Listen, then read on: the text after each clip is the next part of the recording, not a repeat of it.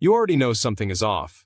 You've been eating less, moving more, doing everything you think you're supposed to do, and yet the scale barely budges, your strength is going down, and you look in the mirror and feel like you're working so hard for absolutely nothing. That feeling right there, that quiet frustration that nobody really talks about, that's exactly what we're diving into today. Because here's the truth that most fitness content completely ignores. Burning fat and keeping your strength are not enemies. You don't have to choose one or the other. But if nobody shows you the specific tweaks that make both happen at the same time, you will keep spinning your wheels indefinitely. So let's fix that right now.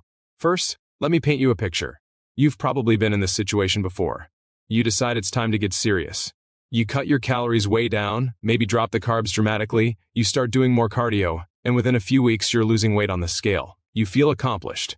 But then something strange starts happening. Your workouts feel harder. You're not lifting as much as you used to. You feel weaker, flatter, and honestly kind of miserable. And then one day you catch yourself in the mirror and realize you don't actually look better. You just look smaller and softer at the same time. That's what's called losing muscle alongside fat. And it happens to almost everyone who approaches fat loss the conventional way. Now here's where I want to stop for a second because I genuinely understand how demoralizing that is. You sacrificed. You stayed disciplined. You turned down the pizza and the late-night snacks. You dragged yourself to the gym when you were exhausted. And the result was that you actually made your physique worse, not better. That's not a willpower problem. That's an information problem. And that's the difference between what you've been doing and what actually works. Here's the first shift that changes everything. Your protein intake during a fat loss phase needs to go up, not down. Most people who are cutting calories are eating the same protein they always ate, or even less because they're eating less of everything. That is a critical mistake. When you are in a calorie deficit, your body is under stress. It needs a reason to hold on to the muscle it already has. Protein gives it that reason. When you eat enough protein, your body has no biological justification to cannibalize your hard-earned muscle for fuel. When you don't, it absolutely will. Studies consistently show that people who increase their protein intake while cutting calories retain dramatically more muscle than those who didn't, even in identical calorie deficits. We're talking about a difference that you can actually see and feel. Think about that for a moment. The exact same calorie deficit producing completely different physical results based entirely on this one variable. Practical target? Aim for somewhere around 1 gram of protein per pound of your target body weight. If you want to weigh 160, eat 160 grams of protein every single day. Simple, measurable, powerful. Now before I go further, I want to mention something. The reason most people never get this right on their own isn't because they lack discipline. It's because they're missing a structured system that eliminates the guesswork. We have a program linked in the video description that lays out exactly how to apply everything you're about to learn in a way that's been refined through real results. If you're serious about this, I'd encourage you to check it out before it's gone, because access isn't always open. But let me keep giving you value first. Second major tweak. You need to train heavy even when you're in a fat loss phase. This sounds counterintuitive, because everything inside you during a cut wants to go lighter, do more reps, get more of a sweat going. And your body will actually start feeling weaker as your calories drop, which makes you want to back off the weights even more. Resist that urge completely. Here's what's happening biologically. Your body only keeps what it uses. Heavy resistance training sends a very loud biological signal that says, this muscle is necessary for survival, do not break it down. Light, high-rep training doesn't send that same signal. When you combine heavy training with a calorie deficit, you're essentially telling your body simultaneously burn the fat because you don't have enough incoming energy and keep the muscle because it's being called upon to produce serious force. That combination is where the magic lives. You don't need to train like a powerlifter, but you do need to keep your intensity high, keep the weights challenging. Keep pushing close to your limits on the major compound movements, your squats, your deadlifts, your presses, your rows. Do not drop the weight just because you're eating less. Third tweak, and this one genuinely surprises people. Your cardio strategy matters enormously, and most people are doing it completely wrong. When you're trying to burn fat while preserving strength, excessive cardio is not your friend. Long sessions of steady-state cardio can actually accelerate muscle loss because they create additional caloric debt and physical stress on top of your calorie restriction. Your body, when already in a stress state from dieting, will start looking for fuel anywhere it can find it. And muscle tissue, as expensive as it is to maintain metabolically, becomes a target. Instead, think about using cardio as a precision tool. Shorter, more intense sessions 2 or 3 times per week create a significant caloric burn, elevate your metabolism for hours afterward, and the workout itself actually overlaps with the muscle-preserving signal of resistance training.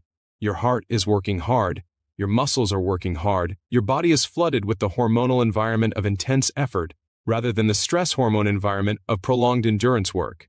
The result?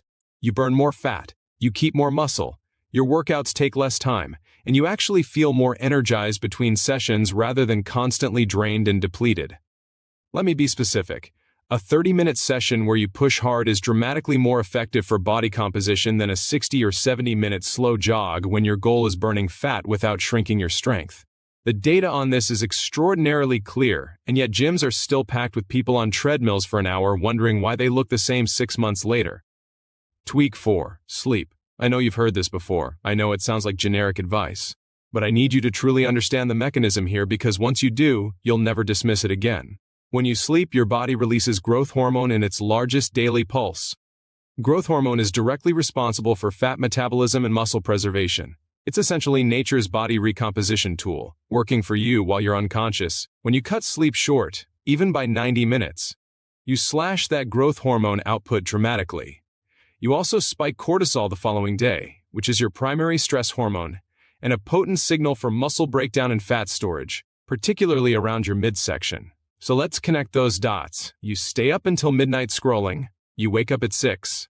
You have slightly elevated cortisol all day. Your body is slightly more inclined to hold fat and burn muscle. You go to the gym and wonder why you feel flat and weak. You eat in a deficit and wonder why you're losing more strength than fat.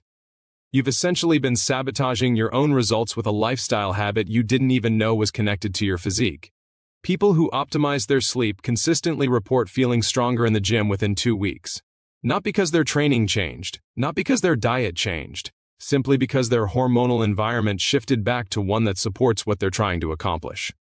Tweak 5. Strategic carbohydrate timing.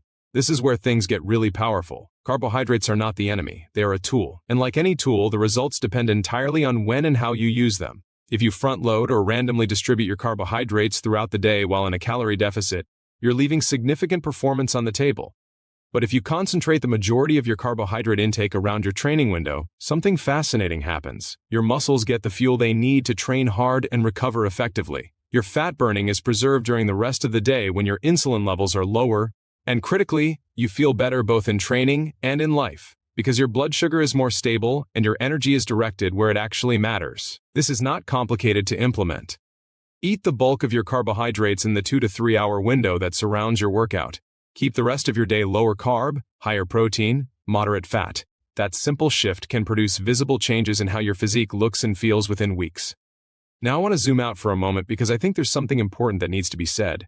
You could spend years piecing all of this together on your own, testing different approaches, trying to figure out which variables actually matter, making the same mistakes that almost everyone makes the first, second, and third time they try to cut fat without losing strength.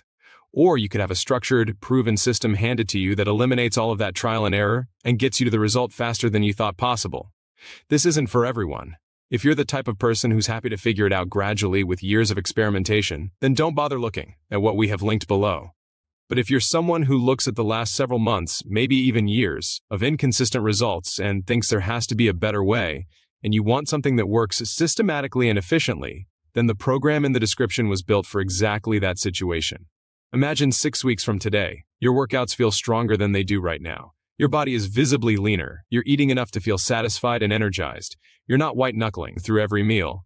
You look in the mirror and finally see progress that actually matches the effort you're putting in. That outcome is not reserved for people with special genetics or unlimited time. It's the direct result of applying the right information in the right order. The window to access what we've built won't stay open indefinitely. People who act on what resonates rather than filing it away for later are the ones who end up with the results. The ones who wait tend to find themselves watching the same kind of video 3 months from now, still wondering what's missing. Everything you need is in the video description. Take a look and make a decision. That decision might be the most important one you make for your health all year.